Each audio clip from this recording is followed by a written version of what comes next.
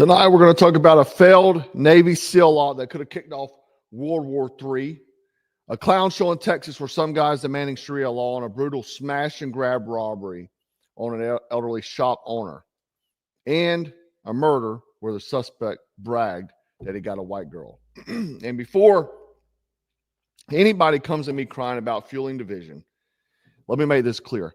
I'm not fueling shit. I'm reporting the facts. If that makes you uncomfortable, maybe you're addicted to lies. Think about it. Probably are.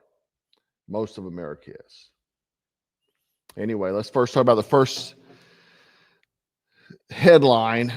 Back in 2019, a Navy SEAL team launched a covert mission into North Korea. Check it out. The sub moved closer to land. The SEALs.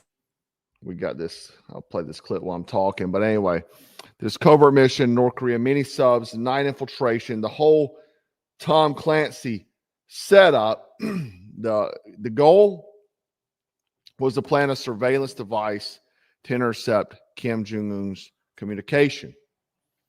But here's what went down. Fishermen spotted them, civilians. The SEALs opened fire, killed 2 or 3 unarmed people, went up, checked the boat, and then punctured the lungs to get rid of the bodies, right? And then aborted the mission. No device planted, no objective completed, just blood in the water. Congress never got told. The White House never briefed oversight committees. And now, years later, this story suddenly gets dropped in our laps. Why?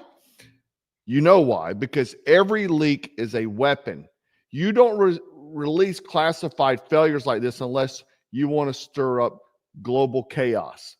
Now, they're not telling you history.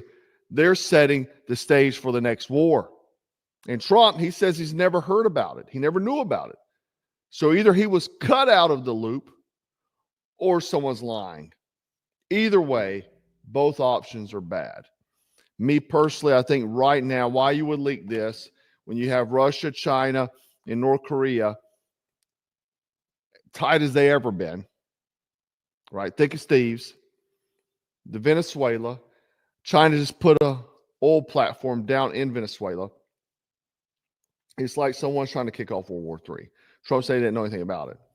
Other sources say that Trump greenlit the operation. Who knows? I just think it's odd timing. Why now? Why would they bring this out right now? You know the answer. These people want World War III so bad they can taste it. Now, let's skip over to Texas. Viral footage shows a Muslim man outside a store demanding they stop selling pork, alcohol, and lottery tickets. Basically, trying to enforce Sharia law on U.S. soil. Check it out.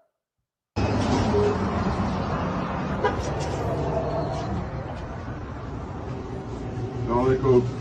Assalamualaikum. Mashallah. Alhamdulillah. Assalamualaikum. Muslim, right? Mashallah. You know, as a merchant, you have every legal right to sell whatever you want. But as a Muslim, I have a responsibility to tell you, to educate the people and let them know that as a Muslim, you shouldn't sell haram.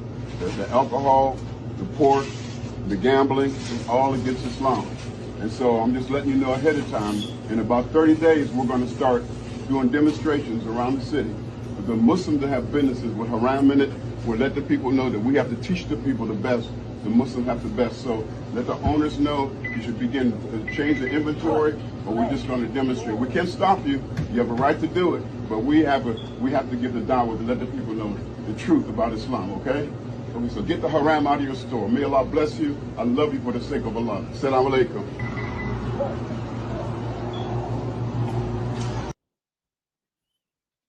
Yeah, here's the same guy with a sign. All alcohol, gambling, and pork are forbidden in Islam. The owners of this store claim to be Muslim. Now, let me make this crystal clear. That doesn't fly here. Not in Texas, not anywhere. America doesn't bend the knee to foreign laws. Texas runs on brisket, bourbon, and bullets, not Sharia law.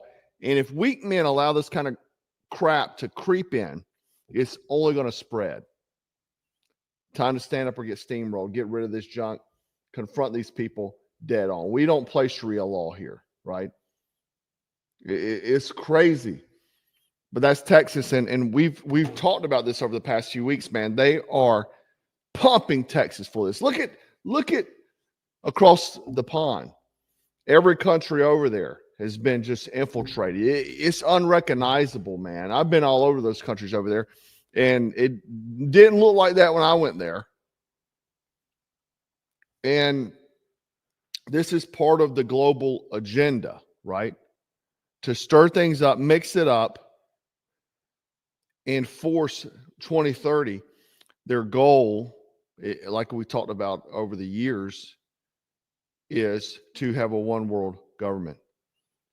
And probably what they'll do is probably some kind of Abrahamic mixed religion, roll out Peter Thiel Antichrist. I'm just kidding. I don't know. But it's probably part of the program. Now, I would almost say that our greatest ally is the opposition to this group of people. And a theory is that they could be helping this happen because there were NGOs down there on the border, right? I can't say it specifically because they'll hit me hard, but they were down there on the border helping these folks get through into our country as well as other countries. And what I think that is to create the chaos, and that way we help them with their ultimate goal, right? We see it happening, unraveling before our eyes. But again, Europe is unrecognizable, dude.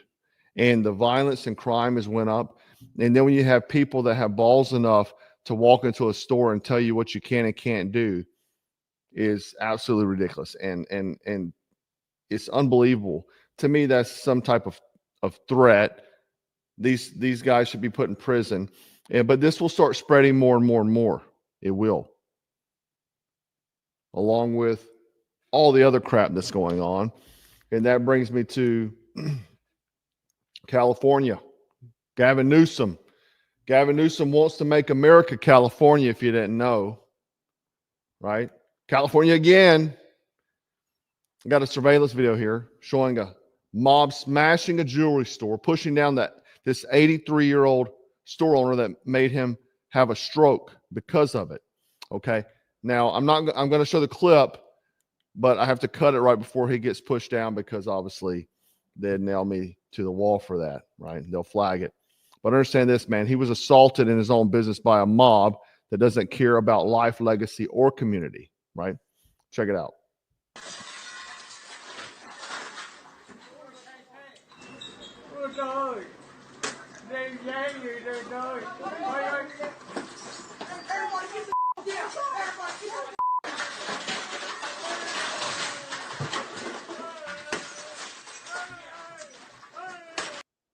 So I counted 20 plus guys there. And let me tell you this. They're not wanting to show that. New York Post is pretty good. They'll show things. No one else wants to talk about this. But this answers the classic question. Why do you need an AR-15? Why do you need so many rounds?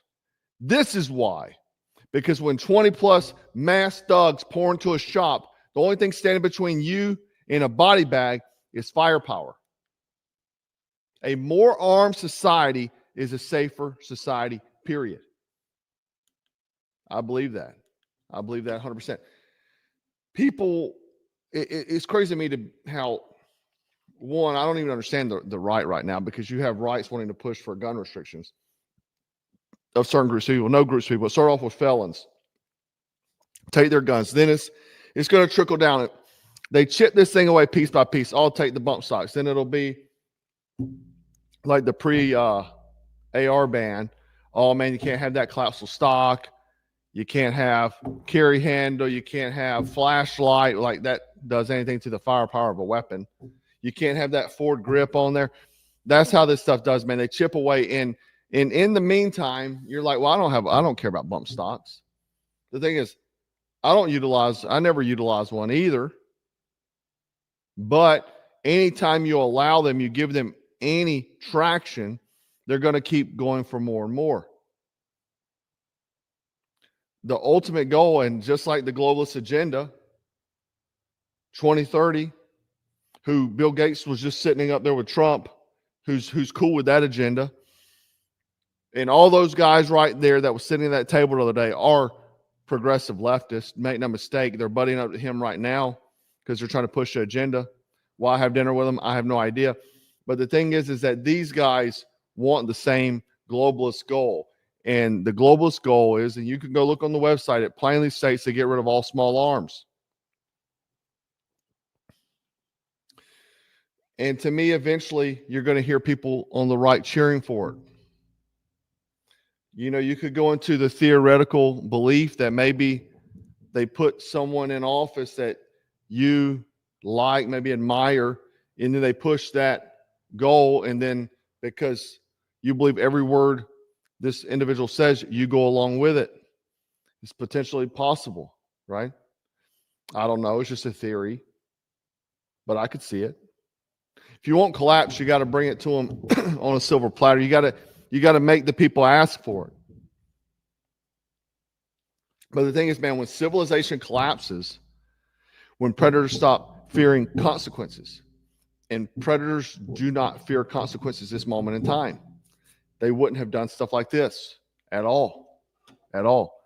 Now, I want to talk about, to close this out tonight, is that the Charlotte rail stabbing, the Ukrainian refugee, Irina Zaruska, was murdered. And allegedly, the suspect walked around bragging, not allegedly, I got a video, walked around bragging, I got that white girl. Listen to him.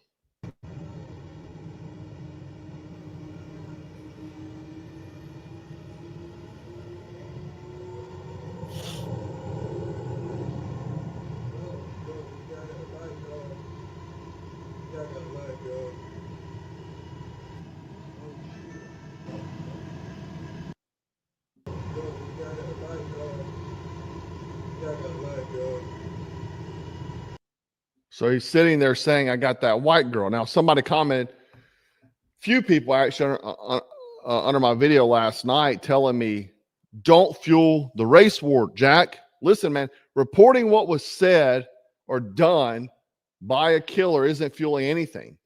The media is the one that fuels the division by selectively ignoring facts when they don't fit the narrative. If the races were reversed, CNN would have had 24-hour marathon, but since it doesn't feed their agenda, they bury it, right? I'm not here to play that game. I state facts, period. Facts aren't racist. Facts aren't hate. And facts are the only thing that keeps us sane in a world built by propaganda. We're literally living in the George Orwell 1984. So I'm not fueling anything. I'm exposing people who profit from the division while real families bury their dead. That's the fact. People, like I said in the video, there was 100+ stories on Daniel Penny calling him a racist and so on. Now, this young lady, Irina Zaruska, this post here, this is a picture of Irina with a Black Lives Matter poster on her door. Now,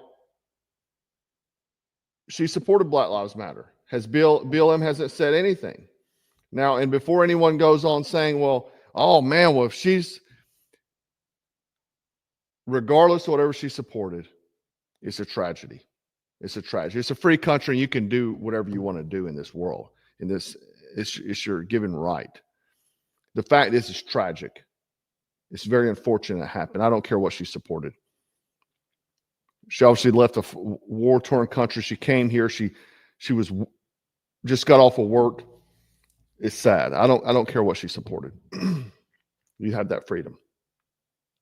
But the problem is that whenever you call balls and strikes, and it's been happening quite constantly lately, people say you're fueling the division. I'm not. I don't care about any of that. The fact is, I care about the media burying facts while families bury the dead. Okay? It's just a fact. It is hypocritical. If the roles were reversed, it would be completely. Personally, I think anytime a tragedy happens, it should be highlighted, no matter who the victim is, who the perpetrator is. I think that now they only do it, or I know now they only do it to fuel division and push votes, because our society and the media is nothing but a propaganda machine. I was looking, I told you guys, people always say Jack for president in the comments. To really become a president, you have to have about anywhere from $700 million, or to run for president, $700 million to $1 billion. Okay. Now, then you have to go through the primaries. Okay.